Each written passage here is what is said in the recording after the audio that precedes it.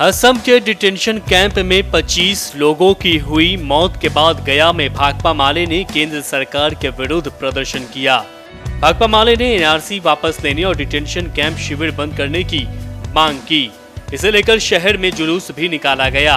इस मौके पर भाकपा माले के निरंजन कुमार ने बताया कि असम के डिटेंशन कैंप में 25 लोगों की मौत हो चुकी है।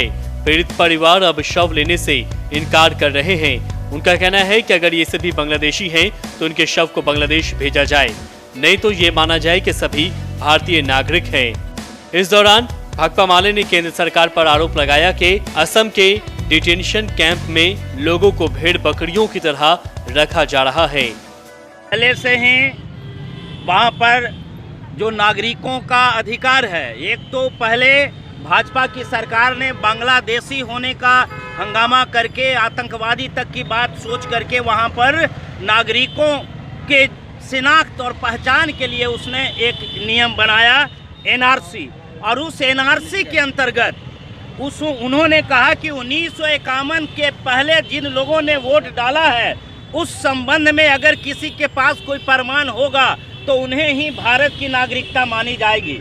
उसके बाद ये बात 1981 और 1987 तक चली, और उसके बाद से सुप्रीम कोर्ट ने जब उसमें वो हस्तक्षेप किया तो अभी वहाँ पर एनआरसी के अंतर्गत कुल 19 लाख 6,000 से ऊपर लोग वो भारत के नागरिक नहीं हैं और उनको डिटेंशन कैंप में रखा गया है। और इस डिटेंशन कैंप में उसके लागू होने से पहले 25 लोग और अभी 2 लोगों की मौत हो गई। उसमें 2 लोगों ने तो प्रमोद पाल ने कह दिया, उसके परिवार ने कह दिया कि जिन लोगों की मौत हुई है वो हमारे इस देश के जब नागरिक नहीं है, बांग्लादेशी हैं, तो आप उसके लाश को बांग्लादेश में जा कर के ढूंढो।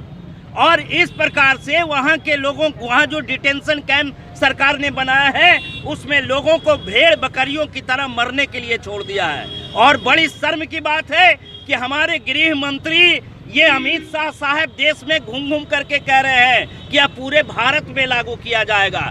हमारे देश में ये पूरी तरह 100% सच्चाई है कि आधे से अधिक आबादी अभी भी वोटर लिस्ट से बाहर है, अभी भी उनके पास आधार नहीं है, अभी भी उनके पास राशन कार्ड नहीं है, और वैसे लोगों के पास कोई सबूत नहीं है कि 1951 से पहले उनके दादा परदादा वो वोटर थे कि नहीं थे, या फिर 1951 में अगर कोई मैट्रिकुलेट किया है तो उसके पास वो सर्टिफिकेट सलामत नहीं होगा।